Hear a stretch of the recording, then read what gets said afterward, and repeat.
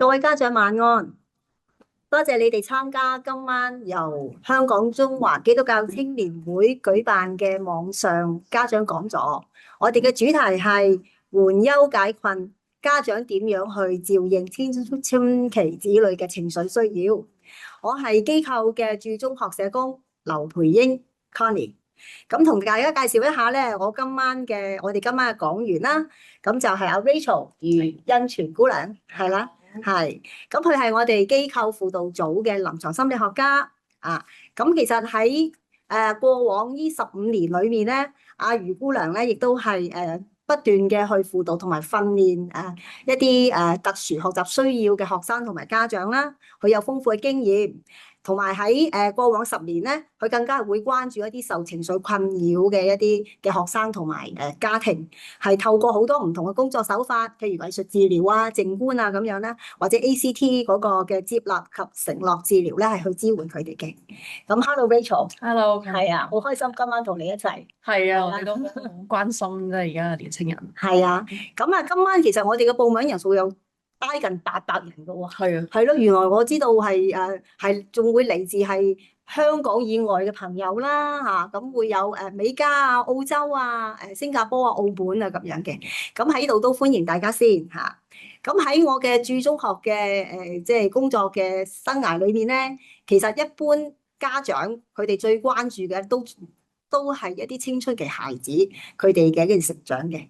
係啦，咁啊，佢哋亦都會最覺得好頭痕或者係好無所適從嘅，亦都係呢個主題。咁啊，更加唔好講咧，話要照應即係佢哋嘅情緒啦，係啦。咁所以咧，每當咧學校舉辦一啲嘅有關青春期孩子嘅需要嘅講座或者活動咧，其實都一定好多人捧場嘅。哦，所以今晚都唔例外。明白。係咁，而近年嚟咧，其實咧，我哋嘅學生咧都經歷咗好多疫情啦，同埋社會事件嘅風波啦，咁啊度過咗好漫長嘅網課。咁其實咧呢啲嘅情況咧，都令到佢哋身心好疲累。喺2024年咧，我哋YMC 咧其實係有一個嘅香港中學生精神健康素養嘅調查。咁我哋就訪問咗咧，就超過咗800位嘅中學生。咁佢哋有過一半嘅受訪者咧，佢哋就話喺之前嘅2個禮拜咧，都會出現好多不安或者係抑鬱嘅情緒。但係咧喺呢啲嘅學生裏邊咧，就會少過30%嘅學生係會選擇同成年人去求助或者係去尋求傾訴嘅。咁所以可能家長咧喺同呢啲青春期嘅孩子相處嘅時間咧，佢哋可能係根本就蒙在鼓裏，唔知道孩子係發生情況，亦都有可能係睇到啲蛛絲馬跡，但係咧又唔知點樣去幫助佢哋。更加慘嘅，有啲可能咧就係俾佢哋拒絕。係當佢哋去嘗試去關注嘅時候咧，呢啲嘅青春期嘅孩子咧係話佢哋煩啊，或者叫佢哋走啊咁樣，所以都好慘。都係幾唔容易嘅，想像到小朋友大個咗啦，咁有時想去接觸佢哋嘅時候咧，我哋有時見個案都會係一定唔係第一次就即刻打開心扉，都要啲時間慢慢去建立關係嘅。係啊，咁我哋頭先提到，其實青春期嘅孩子佢哋都會有好多即係壓力嘅情況啦。咁我諗你今日都好似準備咗好多關於即係佢哋係無論係初期嗰個受壓嘅身體反應，或者係情緒或者行為方面嘅反應，都想同家長分享。係嘅，咁我提提啦，因為今日我哋個講座都比較短一啲，可能係1個鐘頭左右，咁所以話好深入、好個別嘅情況就未必可以好回答到大家。咁但係都好想分享少少嘅經驗啦。我諗我哋邀請大家唔係用一個好解決問題嘅角度去睇年青人嘅情緒，而係陪伴啦，我哋去明白啦。咁因為呢個過程當中咧，我發現每一個年青人坐喺我面前嘅都唔一樣。咁所以其實我哋都唔係話去解決啲乜嘢，但係有時係明咗先。咁我哋帶住個明白咧，今日就會分享即係以下嘅內容咁樣嘅。咁睇下陣間 PowerPoint 係咪方便可以睇到今日嘅內容啦。咁我哋個內容咧，先講下青少年常見嘅壓力同埋原因啦。咁跟住就會講下理性同感受啦，嗰個拉扯係咩一回事咧？喺年輕人身上。咁最後我哋會講下家長嘅支援可以做啲乜嘢，同埋唔做啲乜嘢啦。咁最後就回答一啲我哋收到嘅問題。咁啊，我哋收到嘅問題都好多，都係啊，有識錯幾百條。咁所以我哋都冇辦法逐一去回應啦。咁但係都做咗個整理，希望咧俾大家係即係都回應到一啲家長嘅即係愛心啦，同埋一啲嘅需要咁樣。嗯，好啊，咁或者我哋首先都講下一啲即係青春期孩子佢哋一啲嘅受壓力嘅反應啦，好唔好啊？係啦，咁頭先都話，哎呀，佢哋遇到啲壓力，家長無所適從啊，咁好多時都會見到呢啲咁嘅症狀嘅。咁我就唔會花好多時間去解釋嘅，但係通常咧，你可以觀察下青少年嘅三個部分啦。第一個係身體有啲有少少壓力嘅時候會發生咩事咧？佢哋有時會頭痛啊、胃痛啊。咁原來咧，而家嘅青少年即係唔係淨係而家啦，一直以嚟就係佢哋身體係第一個咧會有反應嘅即係會俾人知道佢有壓力嘅。咁可能會好容易唔舒服啦。咁我記得我細個其實都有呢個情況。咁我係成日都肚痛嘅，唔知點解嘅。你問佢嘅情緒係咩事咧，都覺得冇乜嘢啊，好似冇乜嘢咁樣。但係硬係就有啲頭痛啊、頭痛啊嗰啲情況啦。咁有時就緊張嘅時候去即係肚屙啊，咁啊等等啦，甚至去到放假或者放鬆就病啦。咁但係呢啲都比較輕微嘅，叫做處理到，唔太影響日常生活啦。情緒各方面都差唔多啦，可能有啲緊張、擔心、焦慮啊。有時會好似唔好想講嘢、悶悶不樂咁樣啦。咁有時脾氣就暴躁啲啦。咁呢個會喺年青人身上比較多一啲嘅，就係可能佢未必會長期表現悶悶不樂，但係會有時會係好似即係好暴躁啊，成日都好似掹掹陣陣咁樣嘅。呢個係情緒要留意啦。咁有時會發噩夢啦。咁行為方面咧，就可能會有時會少啲社交啊，中意做嘅活動好似做少咗啊。咁啊，淨係想瞓喺度。咁好多時我哋見嘅年青人，佢哋話我問佢：哇，你而家最想要係啲咩啊？佢話我最想瞓覺。哇，其實我真係聽到都有啲好肉赤啊！就係原來年青人佢哋應該係好有活動、好精彩嘅時間，但係因為種種壓力嘅緣故咧，佢哋最想係瞓覺喎。原來冇乜動力啦。咁但係好得意嘅喎，有一部分係話想瞓覺啦，另外一部分就反而仲逼自己做好啲。咁所以咧，日常學校嗰邊佢仍然係做緊啲咩領袖生啊，做緊即係啲成績仲係幾好嘅，好似外在睇唔到啲咩情況嘅。佢哋可能就係頭痛肚痛，跟住就冇噶啦，其他嘢都好似好 OK 咁樣。咁啊，或者睇落嚟真係完全冇嘢嘅。咁所以呢啲係好睇家長同年輕人個關係啦。如果我哋 close 嘅，可能有啲細微嘅改變都已經留意到。咁啊，家長就唔需要即刻問佢發生咩事嘅。有時留意住話年輕人話俾年輕人知，你留意到佢有啲壓力情況，可能就已經足得㗎啦。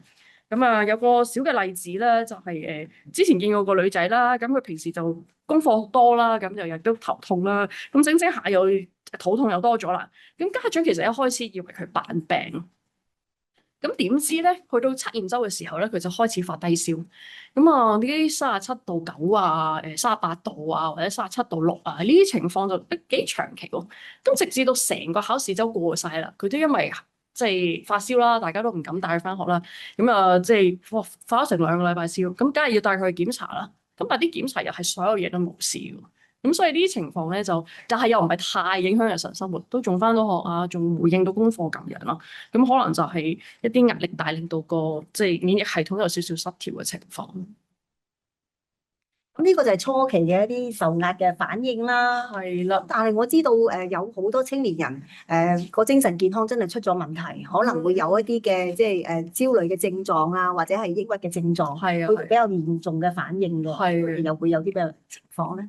咁你話好即係根據嗰個診斷手冊，焦慮同抑鬱嘅情況，我諗我就唔係特登咁樣去分辨啦，因為嗰啲可能上網都揾到。咁喺我哋日常即係見嘅個案裏邊咧，都幾常有呢堆嘅即係比較嚴重嘅反應嘅。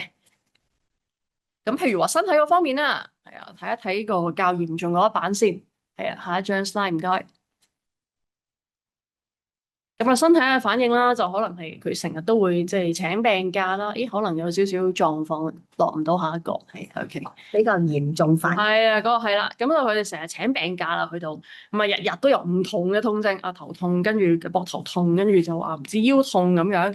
咁啊，咁有啲咧又會話佢成日暈啊。咁我見過學生咧，佢坐低嘅時候喺我面前啦，佢直情話我好想反胃啊。佢話哇，其實都幾辛苦，因為佢又係照顧晒所有嘢冇嘢嘅。咁但係佢就長期都好想反胃。咁呢啲係比較都好影響佢嘅社交啦，好影響佢嘅日常生活啦。因為佢話連食嘢啊、飲嘢都話唔使啦，我會嘔㗎咁樣。咁啊，有啲同學仔就會食肉好大便都好犀利啦，咁又食好多或者食好少，咁呢啲係真係要更加即係要留意嘅身體反應啦。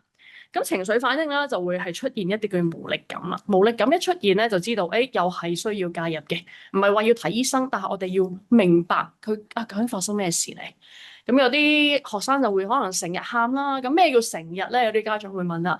咁啊，其實就冇話即係幾耐喊一次先叫健康嘅，講真。咁但係如果你話久唔久都見到佢可能得喊好長時間噶喎，可能一個禮拜一次喎，咁呢啲就可能會相對地嘅密少少啦。一個禮拜幾次咧就會再密多啲啦。咁但係你話兩三個禮拜一次或者一個月一次喊下，咁其實係調翻轉係比較健康嘅。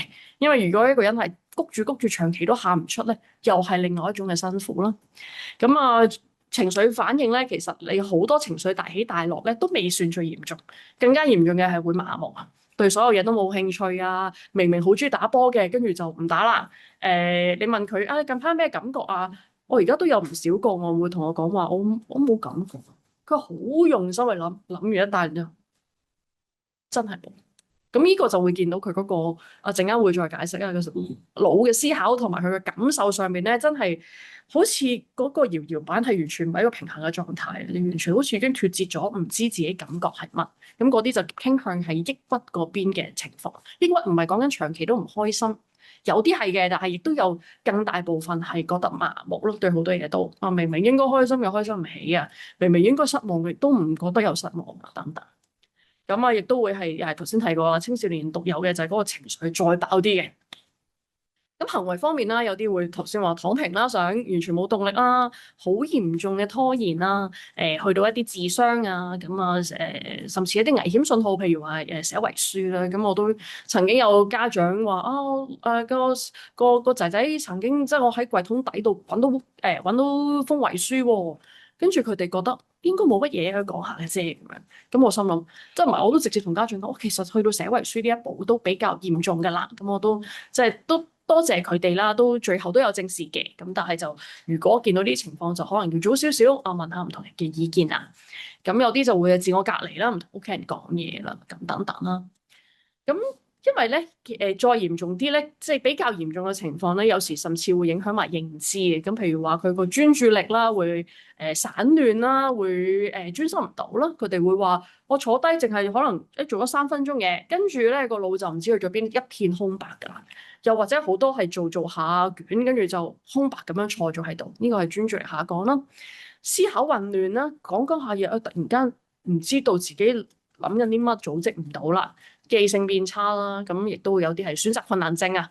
咁選擇困難症我哋成日掛喺口邊，好似講笑咁樣啦。但係當一個同學仔由佢本身冇呢個選擇困難症嘅，去到突然間出現好嚴重嘅選擇困難症咧，嗰個都係反映緊咧佢嗰個身體可能有啲壓力嘅情況。咁當然啦，好間歇性可能係真係需要照腦嘅，係一啲嘅腦部嘅病變嘅，或者其他嘢嘅病變嘅。咁但係亦都有一大部分咧係屬於壓力嘅情況，去影響咗個身體嗰個反應。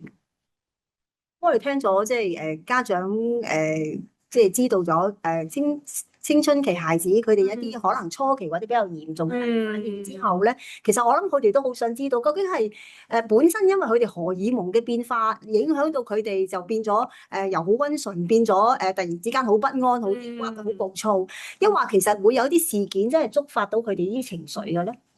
我嘅睇法係其實係疊加嘅，即係好似一個冰山咁樣。我哋見到就係冰山最面嗰陣，咁下邊究竟發生咗咩事，我哋都即係真係要剝洋葱咁，每個都唔一樣。咁冰山個面，我哋通常就會好快就講啦。佢因為學業壓力啊，咁佢就有呢個壓力啦。咁可能佢近期佢即係讀書嗰方面好有壓力，所以就食唔到嘢啦。咁我哋諗嘢都傾向睇年輕人嘅情緒，好似好直線咁，好直接咁樣嘅。呢個我哋可以再落下一個。咁有啲嘢即係又或者我哋會話見到佢啊，佢近排同同學啊鬧咗交啊，咁所以咧個朋輩關係嗰度就即係影響咗佢有壓力啦。咁但係即係事件係呢堆啦，啊仲有幾個嘅，有啲我可能話我同老師，即係老師都可以係觸發嘅一個壓力嚟嘅喎。譬如佢會即係我都有聽過啲同學仔話近期老師咧好似即係好特別關心佢啊，見到佢好似悶悶一落咁咧，就走埋嚟啊點樣啊我好睇好你㗎喎，我覺得你可以做得好好咁等等，聽落好似好正面、好鼓勵性啦。但係對嗰一個同學嚟講咧，佢覺得好有壓力啊！佢好驚見到個老師，同埋觸發咗佢咧係好驚令到嗰個老師失望咯。咁所以觸發事件係即係有時係睇下佢搭咗幾多嘢，去到某個位，突然間咧就嗰啲症狀就爆發出嚟啦。咁當然好常見啊，戀愛啦，年青即係去到即係中學生呢個年紀咧，開始會啊有喜歡唔同嘅人嘅關係，咁佢哋咁亦都會有散拖啊等等咁嗰個固之然會係一個觸發事件啦。咁亦都家庭關係亦都係啦。咁譬如話有同學會走埋嚟話我同阿媽媽前幾日嗌咗一個好大嘅交，咁嗰個交可能令到大家都互相甚至有啲推撞嘅。咁嗰啲事件又係會突然間令佢好似即係啲症狀啊、失眠啊、戒手啊，或者唔同嘅情緒反應會突然間出晒嚟嘅。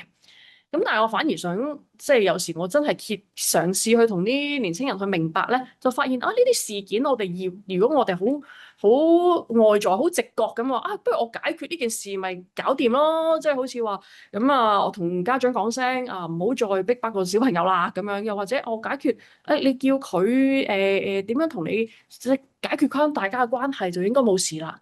咁又發現好多時咧，解決咗嗰件嘢咧，嗰啲症狀都仲係喺度嘅。咁其中一個原因咧，就可能係同佢哋心理狀態有關啦。咁呢個就係今日我哋想分享多少少嘅稍後，咁就係講緊就係腦同心點樣去互動同埋拉扯啦。咁但係咧，亦都有一個部分係，即係我近期都發覺係幾對我嚟講都幾新嘅一個體會嘅。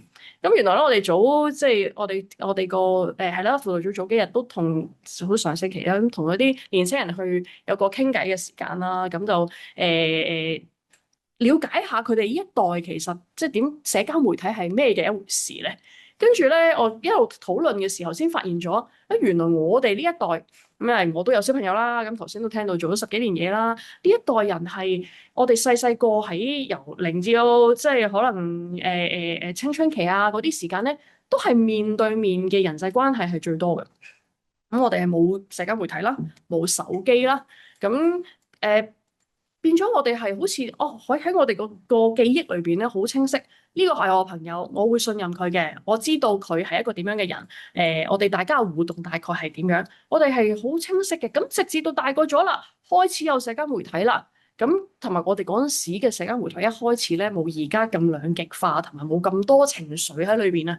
而家啲社交媒體係幾唔同噶，佢哋一出去就會話好多好負面啊，好兩極化嘅批判啊，即係好多攻擊性嘅言辭喺當中。咁我哋因為我哋細個已經有好多年嘅面對面嘅交流，知道點樣信任人咧，其實我比較容易分到啊。哇！嗰啲係佢講下啫，現實世界唔會咁嘅。咁但係原來對而家呢一代嘅，佢哋由可能10歲、8歲，甚至而家再細啲嘅幾歲已經開始接觸社交媒體嘅時候咧，即係接觸電子產品啊、社交媒體，佢哋分唔到啊。即係變咗現實當中，佢見到阿 A 同學，喂上網又係咁樣鬧人嘅，咁佢咪分唔到究竟佢喺網上面咁樣鬧人，我現實當中佢係咪真係咁樣諗我咧？咁所以佢哋係唔係好知道，唔係好懂得點樣敞開心扉，好坦誠咁樣面對面同人哋相處咧。因為不停都會諗，唔係喎，我見到佢哋係即係試過講啲咁嘅説話嘅喎，或者我嘅經驗喺網上世界嗰個批判係咁嘅喎，咁同現實一樣，對佢哋嚟講係一樣嘅。咁不停去估其他人究竟係講啲乜嘢啦，咁嗰個焦慮係好大嘅。即係焦慮失控嘅一代，即係好似即係有一本而家都幾多人睇嘅書，都係講緊社交媒體對青少年嘅焦慮嗰個影響。係原來我係唔會完全100%明白嘅，即係我只能夠靠睇書或者靠同佢哋互動去明。但係原來佢哋經驗嘅嘢係可能我都好難完全想像得到。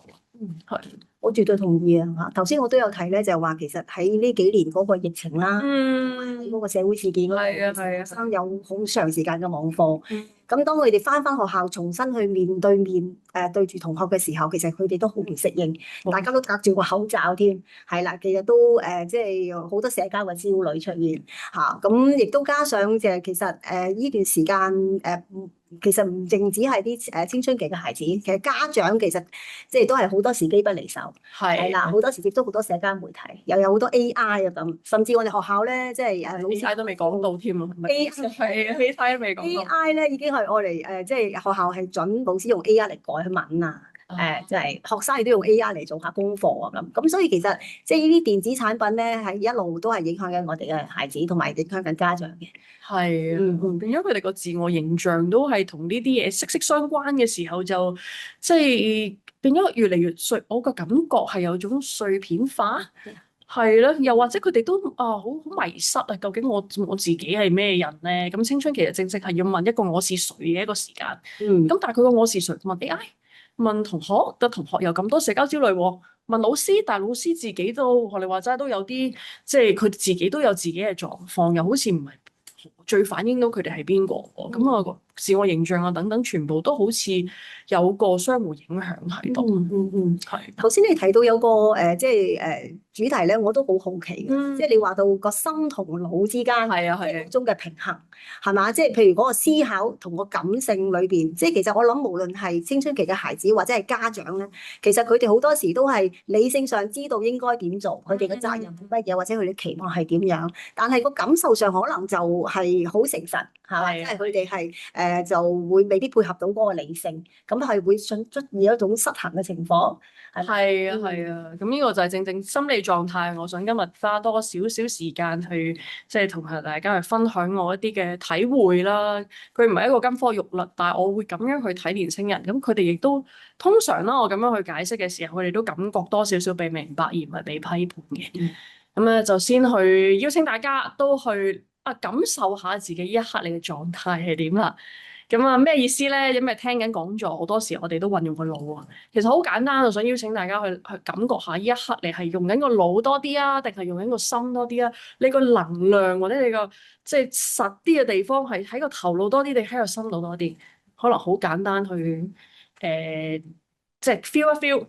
咁你問我咧，我而家一定係頭腦嘅，因為我 keep 住講緊嘢啦，同埋好想將我心入邊嘅嘢想同大家分享。但係呢一個提醒，我都 feel 即係要提醒自己，唔係喎，我需要用埋我個心。即係譬如我即刻諗翻起一啲我見過年青人，我好肉赤佢哋嘅感覺，我好關心佢哋嘅感覺，而令到我講嘅嘢咧都可以有埋呢個感覺喺度，就更加好啦。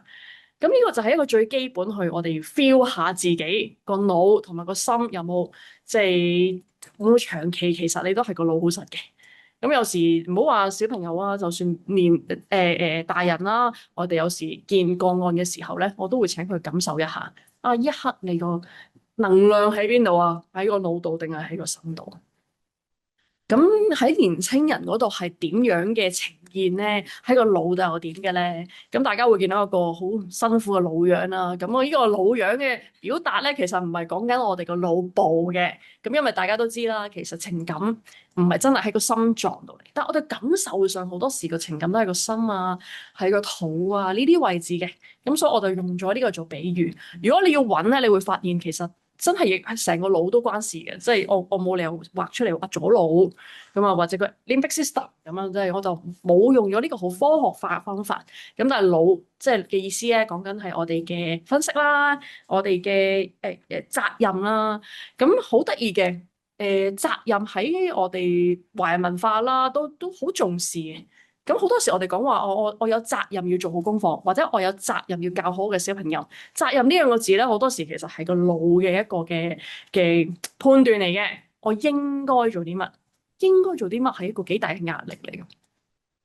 咁啊，另外咧個腦就會負責裝住啲乜嘅咧？除咗裝住應該做啲乜，譬如我朝早應該刷牙或者係我應該做好功課，我應該而家要去接小朋友啦，呢個應該就係個腦負責啦。咁另外就係人哋想我點做咧？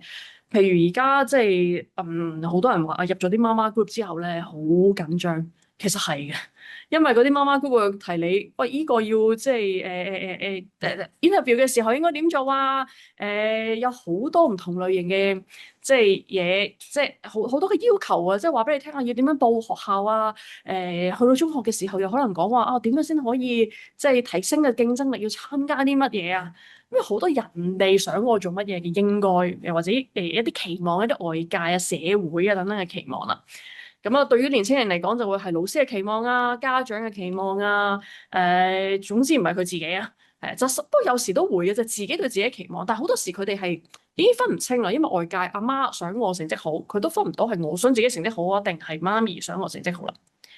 咁亦都係另外一個令我哋嘅心好受傷嘅位，就係判斷啦。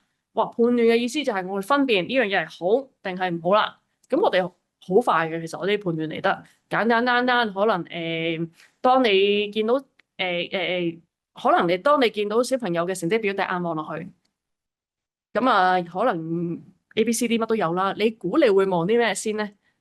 通常都係望啲 D 啊、唔合格啊嗰啲先噶。我好有經驗，有一次就係即係幼稚園啦，我個小朋友咁，但係咧佢老師啊，攞張成績表出嚟先，其實佢好叻嘅喎，全部都係星星咁仔喎。咦，有個三角形咩嚟嘅咧？認字有個三角形，咁我隻眼咧就嘟就走咗去個三角形嗰度咧睇嗰個認字嗰個，哇！佢認字唔得喎，即刻，喂，佢全部都係星星喎，但係我仲要做呢行喎。都係一樣跌入咗，我有個判斷啦，佢認字唔夠好嘅，即係一個陷阱嘅裏邊。咁所以呢個判斷唔夠好咧，判斷人哋唔夠好，原來做家長嘅點提自己咧，都係會跌入呢啲陷阱度嘅。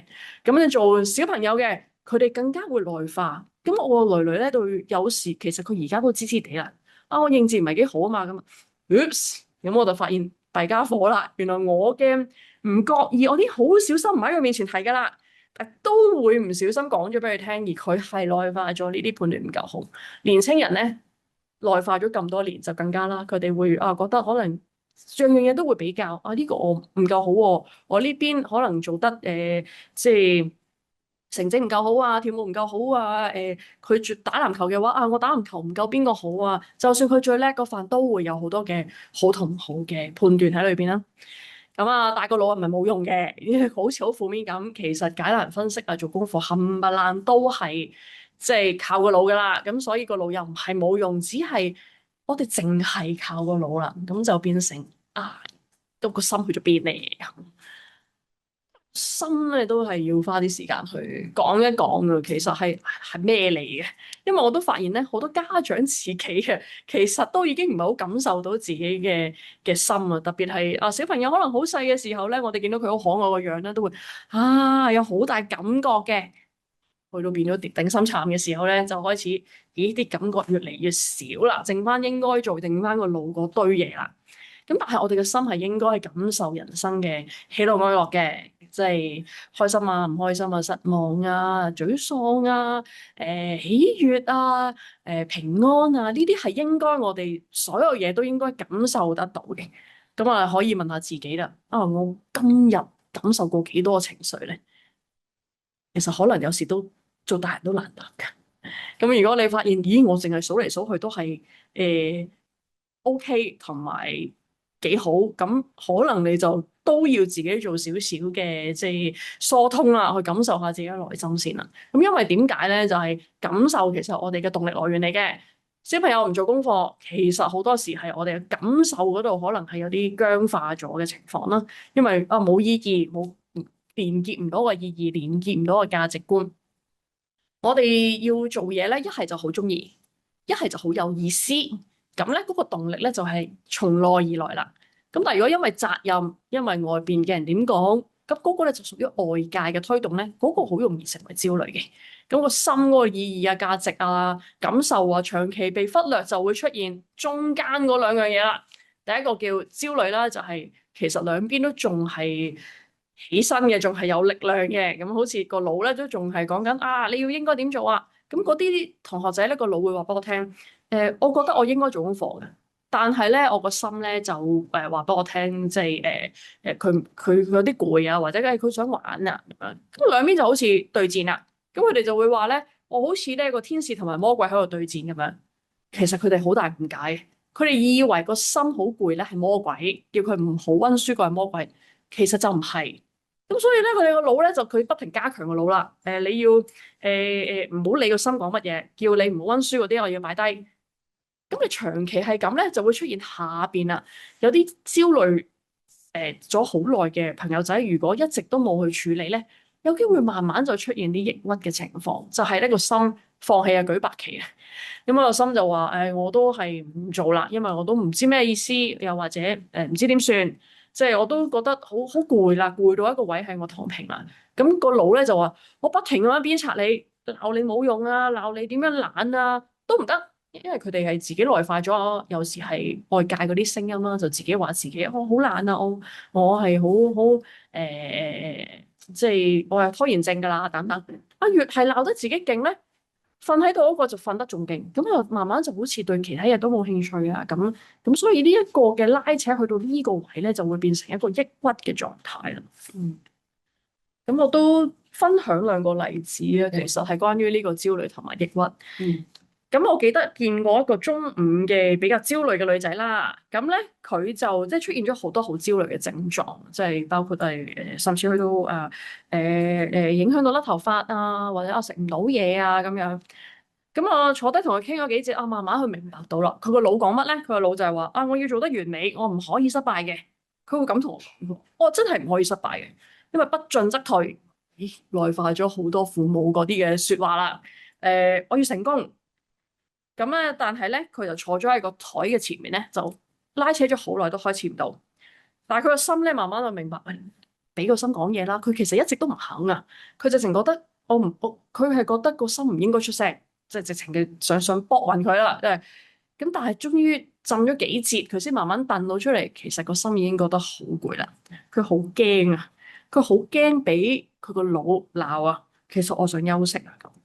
咁慢慢我就幫佢分辨到，佢就改咗個名俾佢啦。佢就話阿腦咧就叫批核部啊，即係好似咧佢做啲乜嘢都要經一經嘅批核部去分辨呢個係 OK 嘅，呢個唔 OK 嘅。做完呢份功課咧係合格嘅定係唔合格嘅？而家唔係講緊分數合格，係佢自己合格，佢係完美，所以可能係起碼90分先叫合格啦。咁對佢嚟講，因為有呢個批核部，咁個心咧就係我對都係叫佢做心啦。咁我攞佢出嚟啦。我就嘗試放低任何嗰啲咩懶啊，你而家好焦慮啊，呢啲 label 都盡量放低，去形容佢而家內心嘅情況咧。慢慢佢先至，其實唔係每一次傾完咧，佢都會見到佢係個人放鬆咗啲，先去離開嗰個輔導室啦。咁但係咧，真係好可惜，佢出到去嘅時候，其實又好似翻轉頭啦。咁所以呢個交戰係我俾到一個空間去唞一唞，但係出到去咧，可能又冇機會可以認識到，即係去同佢家長去 work 啦。咁啊變咗即係承接有啲嘢係可能承接得唔係咁理想咯。咁就呢一個係即係焦慮嘅情況啦。咁但係去到即係抑鬱咧，咁我都分享一個即係情況，就係見過個男仔啦，初中生嘅男仔個腦講乜嘅咧？哇，佢講到宏大噶，佢會話我應該努力搵份好工，咁啊搵多啲錢，幾好啊！即係聽落就好似好正面咁樣喎。但係咧，佢個心講乜咧？佢就話其實我冇興趣，冇定動力，都唔知為乜。跟住問翻佢咧，佢原來係好細個，可能其實即係可能小學3、4年班已經開始內化咗個我要搵份好工，呢個應該啦。但其實係咪佢自己真係想搵份好工咧？坦白講，初中生佢連咩叫好工都唔係好知，即係究竟咩叫好咧？穩定定係佢追求緊嘅係啲乜嘢？多錢定係點樣咧？其實佢都冇乜概念啊，淨係內化咗我需要搵份好工，我只要讀好書啊咁樣。咁變咗咧，因為個內心其實唔 buy 啦，同埋都唔知點解要搵份好工咁樣啦。咁所以佢內心唔想面對呢個情況，就打機啦、拖延啦。咁成績又跌啦。咁成績跌，因為年青人可能都唔太多其他嘅，即係佢個意義都可能喺成績嗰度嚟嘅。咁跌嘅令到佢嗰個自尊又再受損多啲啦。咁啊，非常之容易嬲啦。咁家長見到佢成日打機，即係做功課問親佢就話遲啲先，咁啊直情覺得佢超懶啦。咁啊嘗試好心同佢傾啦。你而家唔讀書咧，第時就會入唔到大學噶噃，入唔到大學就搵唔到好工喎咁樣。咁但係其實因為呢個唔係佢內在動力嚟嘅，其實佢家長咁同佢傾完咧，表面睇佢就話好啊好啊，我會努力啦，但根本上就係再加強咗佢個腦嘅部分，亦都托唔起佢個心，個心同個腦唔能夠同步咧，嗰個動力都係 keep 住喺一個比較低嘅情況咯。咁你問我，即係我有時建立到關係之後啦，我都會問佢對唔同事嘅睇法啦，俾佢對自己學習同生活有啲意見嘅，咁先至再揾即係屬於佢嘅方向，即係托起個心，跟住又明個腦，跟住我可以請個腦去唞一唞，咁咪再聽下個心講嘢。呢個係我哋輔導當中有時都會用嘅方式嚟嘅。Rachel，我聽咗你講咁耐咧，其實我諗家長即係都會會反省下啊，自己其實會唔會每一日都有好多時間同孩子相處嘅時候咧，都會心同個腦喺度交戰。係嘅，佢哋嘅孩子亦都喺度心同腦喺度交戰。當兩個人都係大家都自覺到，其實我個腦同個心都係有唔同嘅期望，有唔同嘅感受嘅時候，咁互動起上嚟，會唔會都有一個比較唔同嘅效果咧？你覺得？好同意啊！即係頭先我都提話，我對住自己個女，我嗰個腦咧都會即刻解決問題啦。我記得我第一次攞完嗰份咁嘅即係成績表啦，叫做即刻上淘寶揾有啲咩字卡可以同個女做嘅，有啲咩方法咧，有啲咩練習咧要去做啦。嗰下我都俾嗰個焦慮去帶動咗。咁其實，但係咧，我亦都慶幸自己好快就get 到呢個係我嘅焦慮。咁我去攬翻我嘅焦慮，咪先？呢個係我嘅緊張，我唔應該將個緊張去好似改變佢去處理我嘅緊張咁樣。咁慢慢我分翻開嘅時候咧，而家其實屋企係有字卡嘅，不過我都冇捉得佢好緊啦。咁啊，慢慢順住佢又發現，咦，唔係佢都學到。咁當然啦，有啲嘢我都會照做嘅，即係譬如即係嘗試去用唔同嘅方式去讓佢幫佢呢個部分，但係唔係帶住嗰種超緊張啊，我要即刻處理，我要解決問題，就唔係呢個角度啦，而係咦點樣幫佢成長得好啲咧？等等。咁所以係啊，其實好複雜。幾個範圍啊，我個腦同佢個心點樣交流咧？跟住或者我個心又同佢個心係咪 connect 到咧？我個心同個腦又 connect 唔到，係咪 connect 到？即係唔係淨係兩個人，係有幾個唔同嘅 party 咁樣。明白。嗱，咁阿 Rachel 你係一個專業人士啦，咁你會學過即係頭先嗰一套嘅一啲嘅見解，咁就比較容易去做呢個自省喎。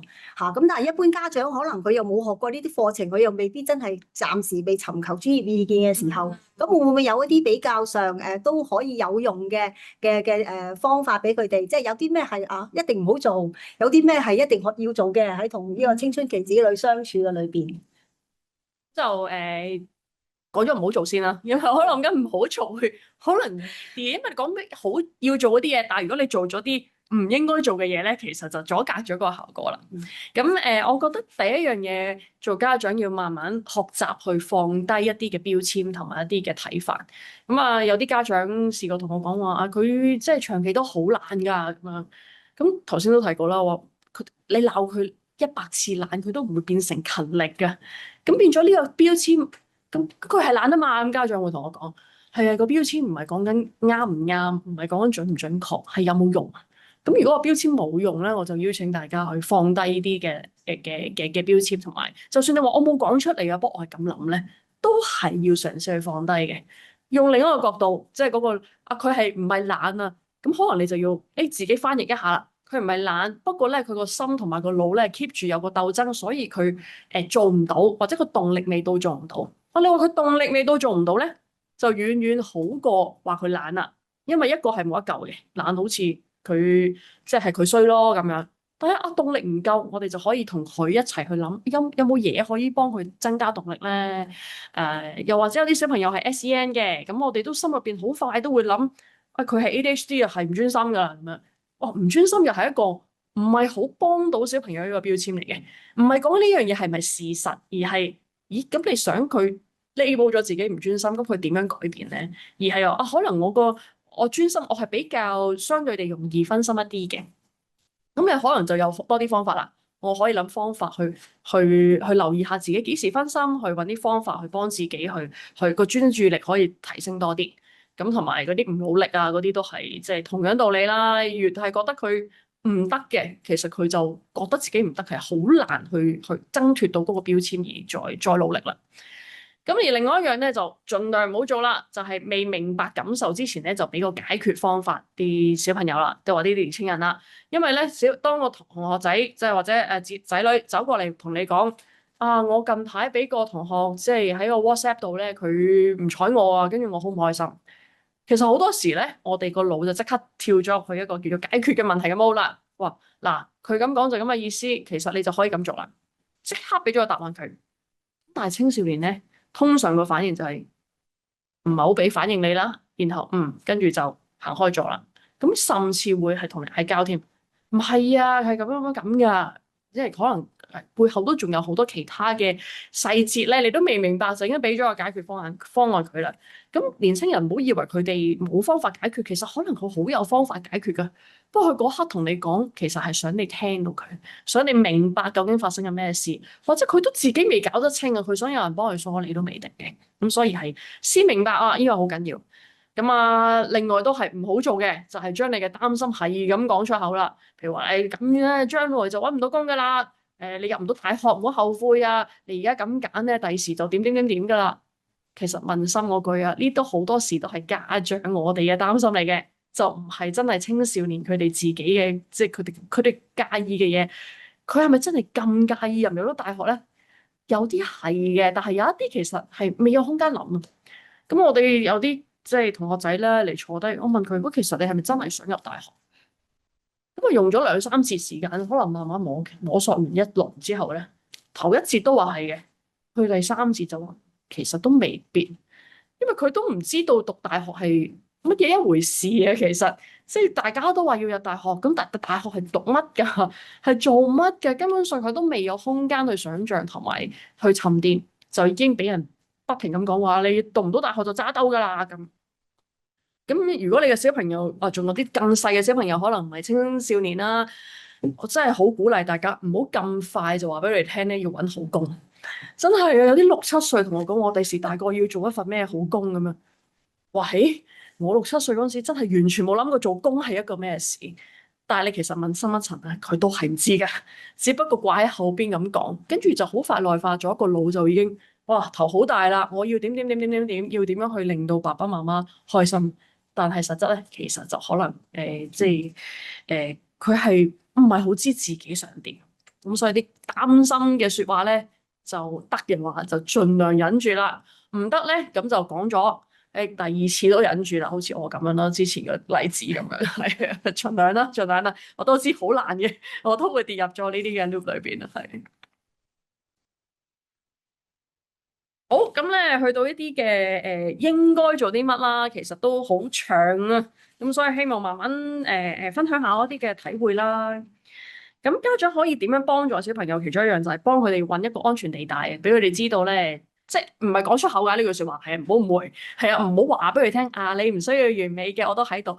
喂，可能聽完年青人都會覺得冇管動，但係其實個意思就係你嘅行動啦，或者你個態度係呢個態度，就係話俾佢聽，你唔需要完美嘅，但係我哋都係你嘅最強後盾嚟嘅。咁啊，實際行動係啲乜咧？我諗家家都幾唔同啊，即係有啲可能係佢做錯嘢，或者佢同你承認佢有啲做得唔夠好嘅地方嘅時候咧，你嘅反應啦，可能你嘅反應唔係鬧佢先嘅，哇，都幾難。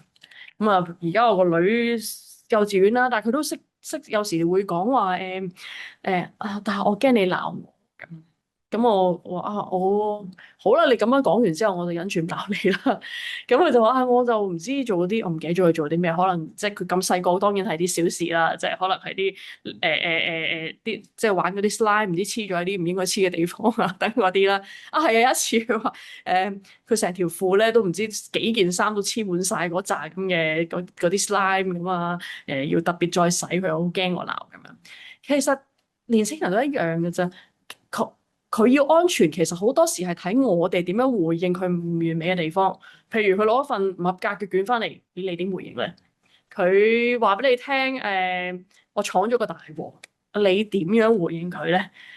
嗰啲回應嘅位咧，如果你話俾佢聽，啊，我見到你呢個情況，我係傷心嘅，但係我都仍然好愛你嘅，同埋我會陪你一齊去收拾殘局嘅。哇，咁樣嘅態度咧，佢哋就會覺得安全啦。但係如果我哋一嚟佢一講，或者即係就哇好大嘅反應，哇點解咁樣㗎？早講咗係咁樣㗎啦，特別係啲我預先提咗嘅嘢啦。如果佢都做錯嘅話，哇嗰個反應好大咧。其實佢哋嘅反應係點咧？一係就收埋自己，唔再講俾你聽啦，或者佢哋講大話，其實都不外乎都係呢啲嘅反應。咁如果大家想嘅小朋友有個安全地帶啦，咁呢個好睇係我哋點樣回應佢一啲唔完美嘅地方啦。咁可以嘅話啦，試下建立都可能即係年青人嘅時候都希望未遲啦，係啦，就係建立學業以外嘅成功經驗。咁有啲家長會同我講話係啊，而家考試啊，或者佢而家即係因為佢成績唔好啊，所以我要 cut 咗邊啲課外活動。我第一個反應係唔好啊，點解咧？因為佢哋成績已經唔好啦，其實佢嗰個自信心已經開始受損嘅時候，再 cut 埋一啲佢最擅長嘅嘢咧，其實對佢嗰個影響會好大嘅。可以點樣咧？反而係鼓勵佢喺嗰啲地方繼續建立成功經驗啦。但係如果真係用好多時間，可能一齊傾咯，傾下啊成績係咁樣，我想你即係嗰個要求大概係點樣？我哋點樣可以既照顧到個心嘅需要，我 enjoy 嘅嘢，亦都可以個腦咧都係即係都做到佢嘅日常嘅功課嗰啲嘢嘅，而唔係好多嘢都係好似我哋即刻要解決。佢讀書唔得，我就解決咗佢啲課外活動，咁佢就多啲時間讀書，咁就 OK 啦。好多時都唔係咁樣 work 咯，因為咁樣只能加強個腦，個腦越嚟越大，個心越嚟越細，完全冇氣頭嘅時候咧，冇成功經驗，其實好快就去到頭先個心舉白旗嗰個情況。咁呢個係我哋其中一個介入係唔容易嘅一個位嚟嘅，咁所以呢個係好鼓勵大家即係佢未係舉白旗嘅時候咧，唔好都即令到個心同個腦再拉扯得多啲啦。咁第三個 tips 啦，就係試下聽多啲，而唔係淨係着重解決佢哋問題。呢個頭先都提過㗎。咁就聆聽嘅意思，咁家長會問啦，咁點聆聽咧？有時都會係話要聽佢哋嘅感受啦，或者明佢哋點樣睇事物啦。咁啊忍住自己好奇問多少少咯，哦，你覺得呢個成績唔係咁差，咁點解你會覺得即係呢個唔合格嘅成績都 OK 咧？其實有時佢哋有啲自己獨特嘅見解咧，係幾有趣嘅。咁咧，你忍住自己個批判啊，搞錯啊！即係啊，20分你都收火嘅。但有時聽咗先啦，可能你會明白佢世界多啲。咁佢哋冇咁容易去閂門啊。咁啊，有時見到即係年輕人有啲壓力啦，空間都好緊要啦。空間咧就當然第一件事係講緊一個即係 physical 嘅空間啦，即係一個我哋物理上面佢係需要有自己咧係可以控制嘅空間嘅。咁有啲個案係都幾誇張嘅，可能去到即係15歲、16歲，佢都話啊我冇自己房㗎，佢張床係喺廳度嘅，兼且係冇簾嘅。跟住佢話爸爸媽媽唔俾我落一個簾喺個床。跟住我話咦？咁樣其實對佢哋個身心都有個影響喺度，好大壓力啊！因為佢哋冇一個合理嘅界線，佢哋冇一個位係啊我可以控制嘅，全部嘢都係被望住嘅。咁你話空間係咪一定要有自己房咧？我都明白香港其實唔一定咁容易啦，有時都真係需要同一間房嘅。咁但係如果可以嘅話，就有啲簾啊，或者有個佢可以自己裝飾嘅台面啊，呢啲屬於佢自己嘅空間咧，係會幫到佢哋有個舒緩嘅地方啦。咁空間亦都會有呢個嘅時間嘅空間啦，譬如補習啦，就最好唔好每一日都密密麻麻啦，係佢都有少少自己可以控制嘅時間啦。同埋就係始終佢哋都幾辛苦嘅。其實我覺得香港讀書真係幾辛苦，即係可能朝早返完學啦，好多年啦，放咪好多個鐘頭啦，啊放咗學咧，仲要做功課，跟住再去補習，咁啊搞下咧，都日日都係10點嘅。咁你話諗下，唔係喎，我哋放工都話，即係就算你 OT 都 OT 完翻去都大部分工啊都可以叫做唞下啦。做學生就係幾難，又要温書啦，又要温搞唔同嘅課活動啊，學校老師有好多要求啊咁所以嗰個時間嘅空間咧，有時都要幫啲年青人睇下需唔需要幫佢解得清晰少少。咁因為咧，你俾到空間佢咧，佢個心就健康翻啦，托翻起個心。因為佢話啊，我可以做啲我中意嘅嘢，咁個心就會即係覺得被鼓勵啦。咁有時個心仲有啲咩被鼓勵咧？就係覺得佢有意思嘅嘢啦，即係可能佢之前有個年輕人嚟到，佢就話佢好中意去團契嘅，咁就成日都同嗰班 friend 一齊玩嘅。咁我媽媽就話：，佢淨係掛住去團體啊，星期六用晒啲時間咧就唔去即係唔做功課啦。咁我心諗，哇，團體已經好健康噶啦，但係始終都比較健康嘅一樣嘢，即係始終係一個面對面嘅交流啦。佢唔係手機啦，咁同埋佢係俾個心可以唞一唞咯。咁一至五辛苦完啦，星期六可以有少少時間同啲朋友一齊啦。咁我覺得呢個係比較好，就鼓勵咗家長話啊，唔好咁容易就即係 cut 佢呢啲時間啦。咁係啦。咁就仲有兩個啦，第一個就簡單啲講啦，問一句啦，就係多啲問多句，即係可能年青人佢哋會講啲即係同你突然間問一句啊，有啲壓力嘅情況，咁但係你又拗頭啦，我點回應好咧？有時咧其實可以問佢嘅，啊你嘅即係譬如你可以直接同佢講話啊，我聽到你咁講，我都有啲心噏啊，你想我點樣回應你？或者你想我做啲乜嘢，你會舒服啲？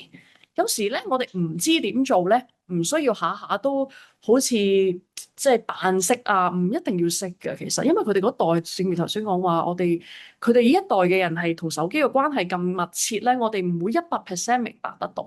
但係調翻轉，你問翻佢啊，你期望我可以點樣去 support 你多啲咧？佢哋有時都會俾到一啲幾好嘅意見，可能佢會話你聽下得㗎啦。咁我話好啦，我聽下得㗎，咁你忍住唔好解決佢嘅問題啦。又或者佢話。我都唔知啊，咁你就靜靜地，咁我陪你一陣啦，咁可能都已經足夠。咁呢個都係空間嚟嘅，其實。咁啊，最後就係、如果得嘅話，就一齊去建立一啲清晰啲嘅界線啦。譬如手機使用啊、睡眠時間，即係幾時瞓覺啊、出街啊，呢啲通常家長同仔女會最大衝突嘅地方咧，就係、少咗一個一齊去建立一個清晰界線嘅空間。因為可能大家已經對立咗好多嘢都好對立啦，變咗去到真係手機運用啊呢啲情況咧，就會大家你又咁樣，你又成日用手機啦。佢調翻轉，可能鬧翻你，你都係一樣啦。咁啊，大家好似冇得坐低一齊去傾。但係其實比較理想啲嘅做法，可能係問一問佢，喂，其實手機對你嚟講係點樣一回事啊？或者你覺得點樣為之合理啊？咁呢樣我喺我嘅工作都用嘅方法嚟嘅，就問一問家長啊，佢個手機用成點喎？咁我就睇下啦。究竟你用幾個鐘咧？點解家長覺得咁多咧？咁我問翻小朋友啦。咁話個家長咁講喎，其實係唔係㗎？咁有時間嗰個仔女咧會講一啲唔同嘅嘢㗎，佢話：喂，其實我用一個鐘就係我嚟做嗰啲學校嗰啲嘢，另外嗰個鐘咧就我嚟做啲咩 research，真係玩咧係一個鐘，家長就見到佢玩手機玩3個鐘，但係實質佢個經驗裏邊咧，可能係玩係其中一部分嘅時間，未必係全部。咁如果我哋明咗多少少啦，咁我哋再喺中間度調節啦。咁可能我就話講係咁講啦。咁我哋就睇下，如果時間用 cut 幾多會比較合理咧？咁一齊去傾一個可行嘅界線。咁有時咧，大家亦當家長同仔女有個好嘅關係嘅時候咧，呢個方法都幾幫到唔同嘅即係家庭可以即係揾到一個大家舒服少少嘅用手機嘅方式咯。係。咁你頭先提咗好多應該家長係啊，要嘗試嘅策略啦，嗯，有啲就最好唔好做啦。係啊，冇錯。其實咧都係回應咗好多我哋今次參加呢個家長講座裏邊幾百位家長咧，其實佢哋做咗好多提問啊。係啊，係真係啊，好咁啊，亦大家有好投入。有好多即係唔同嘅提問啦，但係我哋都歸納咗有幾題嘅。嗯，咁其實頭先你提供嘅一啲嘅資訊咧，正正就可以答到佢哋即係我哋而家喺 PowerPoint 上邊嗰3題嘅題目。譬如第一題咁樣啦嚇，即係我哋即係喺面對即係子女嗰個情緒嘅問題、情緒嘅失控啊，有時不安，有時可能抑鬱嘅情緒嘅時候，咁我哋應該係點樣去處理咧？咁樣嚇。佢情緒失控，我諗係即係整體嚟講啦。當我哋喊得好犀利嘅時候，我應該點做啊？咁原來都成百幾個家長有問過呢啲類型嘅問題嘅。咁我諗有時我哋好迷茫，好拿手唔成勢啊！哇，佢係咁喊喎，我應該走埋去安慰佢啊，定係應該俾個空間佢咧？其實真係冇一個好應該 A、B、C 你咁做咧就解決到個情緒啦。真係唔係咁樣 work 嘅，而係情緒佢講緊一個訊息。而家係要我哋有冇個開放程度可以接收到佢依個信息咧？個信息未必係俾家長嘅，或者佢自己發放，佢有啲嘢需要抒發。咁攞個例子啦，可能我哋個年青人係每個星期都會大喊一次嘅假設。咁曾經都有個年青人發生嘅呢件事，咁後尾抽絲剝繭去聆聽，究竟呢個大喊講緊嘅係佢真係好抑鬱啦，定係唔係嘅？呢係佢抒發情緒嘅方法啦，定係都唔係嘅？原來係近期發生咗啲事係令佢好似即係喊得比較犀利一啲，好傷心嘅。咁我慢慢去揾出佢喊其實背後係啲咩原因，而唔係即刻有個批判啦。喂，佢情緒呢排好唔穩定，等我帶佢睇醫生先。定係佢呢排成日都好暴躁，我好頂唔順啦，我哋就要點做啦？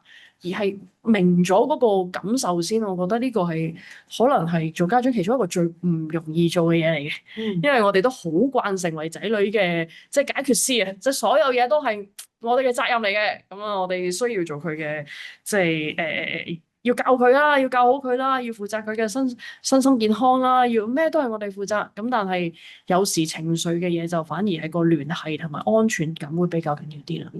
明白嘅，都同意嘅，即係明白感受啦、聆聽啦，同埋建立安全地帶都係好重要。係嘅，咁當然啦，有時即係真係需要揾人支援，都需要嘅。即係如果發現我用咗唔同方法都好似即係我都明唔到佢喎，咁有時我哋嘅角色就係其實有時我角色唔係幫你解決年青人嘅情緒問題，而係幫你去用一個第三者嘅角度去明白青少年佢想表達嘅係乜嘢咁樣。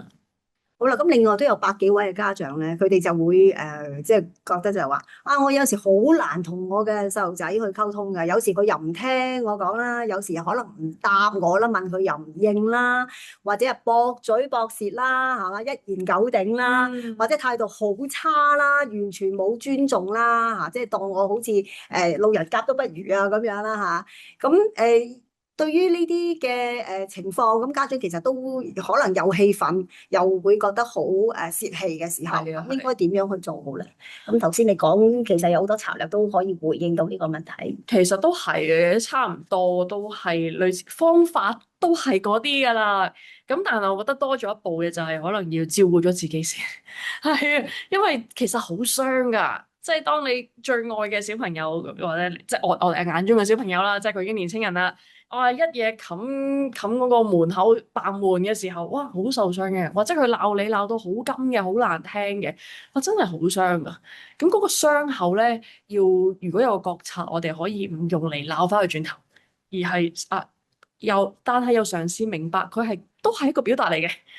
因為佢哋越係鬧得勁或者越係唔聽，好多時個安全感係唔係好夠。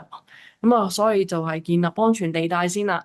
可能同佢傾下啲唔關事嘅嘢，即係有時我哋慣咗一埋位就已經問佢啲衣食住行嘅嘢啦。就係日常生活嗰啲即係睇法啦，可能話近排有啲咩新開嘅餐廳啊，或者一啲唔好關事嘅其他嘢啦，係啦，都係需要去傾下先，等我哋warm up 咗先，咁變咗大家可以即係有翻個關係連結啦，咁先至再聽下其實你即係把門嘅時候，你諗緊啲乜嘢㗎？你好嬲我，其實你嬲我啲乜嘢㗎？當你消化咗自己嘅傷痕口嘅時候，再去問佢哋咧，可能咧佢都會講到其實我唔係真係嬲你嘅，其實我係即係嗰下我個掹陣我都唔知點算啊！咁喺咁嘅溝通互動底下咧，就可能慢慢可以鬆得翻出嚟啦。好同意啊，係啊，其實即係同我哋青春期嘅孩子相處嘅時候咧，好多時真係好似以前有到日本電影談談情跳跳舞咁，好似跳緊舞咁樣，即係嗰個時機啦，嗰個嘅步伐啦，其實都係即係要去好好地去掌握嘅，因為孩子有時佢哋真係唔想去傾講嘅時候，我哋就可能暫時要俾啲空間佢。都啱啊，都啱啊！當情緒好高漲嘅時候，真係唔建議即刻去關心佢嘅。咁嗰個即係其實將心比己，自己好掹整，自己好唔開心嘅時候，都唔想其他人好落力咁去關心你。咁俾個空間舒緩咗啲啦，我哋先至再睇下點樣去同佢建立翻關係啦。係。咁最後一題咧，就即係其實都有好多家長會提問，就係哇，佢對於即係同孩子用電子產品嗰方面好多衝突啊，因為可能佢發覺孩子係機不離手啊，或者咧你一話佢限制佢唔好用咁多嘅時候咧，佢就發爛啦，佢就發火啦咁。咁其實頭先你都提過咧，就話即係好緊要就係要共同去訂立一啲嘅界線或者一啲嘅規矩啦，係嘛？呢個都重要，因為好多家長可能佢覺得你遵守我而家定呢個界線就 OK 啦。嗯，同佢討論過、商量過，咁係啊，細路仔可能就會好不滿。啱啊！咁攞個比喻咧，近期咪有隻馬騮仔好紅嘅 Pansy 咁樣，咁佢就有一段片就係佢有個大嘅馬騮就一拳就中落嗰個細嘅馬騮嗰度，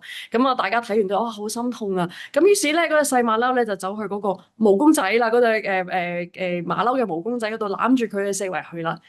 其實咧，我覺得哇，呢個好表達到咧，即係手機對於年青人咧，其實唔多唔少，真係似似地嗰隻馬騮毛公仔啊！因為就係唔係講緊大人打佢啊，唔係，而係即係佢哋喺嗰個安全感啊，或者喺嗰個被接納嗰個嗰個狀況，好多時喺電子產品嗰度攞到，即係可能現實生活佢讀書，佢叻又好，唔叻又好，都係感覺到比較硬邦邦嘅，都唔係溫暖嘅，都接唔到佢情緒嘅。但係邊度接到佢情緒咧？而家可能 AI。可能同 AI 傾咧，會覺得啊，佢會明白到我多啲嘅。又或者而家有嘅Instagram 啦，即係唔係 IG 都 out 咗噶啦，即係好多網上世界啦，唔同嘅軟件啦，甚至打機遊戲裏邊咧，佢哋揾到自己嘅即係存在感啦，佢覺得自己嘅能力感喺嗰度啦。咁變咗嗰個手機其實唔多唔少好似嗰隻即係俾到安慰佢哋嗰隻公仔咁。咁你想象下啦，如果你一手喺阿 Pansy 身上搶咗隻馬騮仔，會發生咩事咧？我諗啊，佢都會好辛苦啦，同埋佢會即係都唔知點算啊。咁其實我哋都一樣啦。如果有啲家長會好狠心嘅，佢就會話啊，我因為佢成績唔好，所以就一個月唔可以用手機。咁你問我咧，太一刀切啦，突然間將佢嗰個安全感嘅地帶咁樣扯出嚟咧，其實對年青人個傷害性亦都會喺度。咁啊，有一啲乖啲嘅就可能冇得用啊咁啦，但係有一啲嘅就可能嗰個憤怒喺裏邊咧就積得越嚟越犀利啦。咁啊，不論用咩方法都好啦，都好即係鼓勵大家，其實關係真係最重要嘅。咁啊，你話啊點樣可以同佢一齊建立啲方法咧？其實真係亦都係冇一個即係萬全嘅，即係所有人都唔受傷嘅方法。咁我都有朋友都即係同我提過話啊，個過程原來都好辛苦噶。我個仔女可能試過連續6個鐘、8個鐘咁樣喺度打機。咁結果咧，佢真係要首先咧，佢工作上面咧要做一啲調動啦，可能就即係多啲同個仔女一齊啦。咁跟住咧，佢話要同佢約法三章咧，真係定要明白仔女嗰個角度係點樣啦，點解佢打咁多手機咧？佢想揾到啲乜嘢咧？然後喺側邊睇下有冇其他地方可以補足翻啦。即係佢可能要同唔同人有聯結嘅，佢可能要喺一啲地方攞到佢嘅成就感嘅。咁跟住先至再去同佢講話，我哋點樣 cut。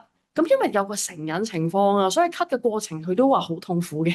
咁佢都話要即係要同佢哋一齊要花好多心機嘅。佢引起嘅時候，可能都要揾啲方法去帶佢去邊度啊。要同即係磨咗一段時間，先至可以將嗰個手機真係去減少。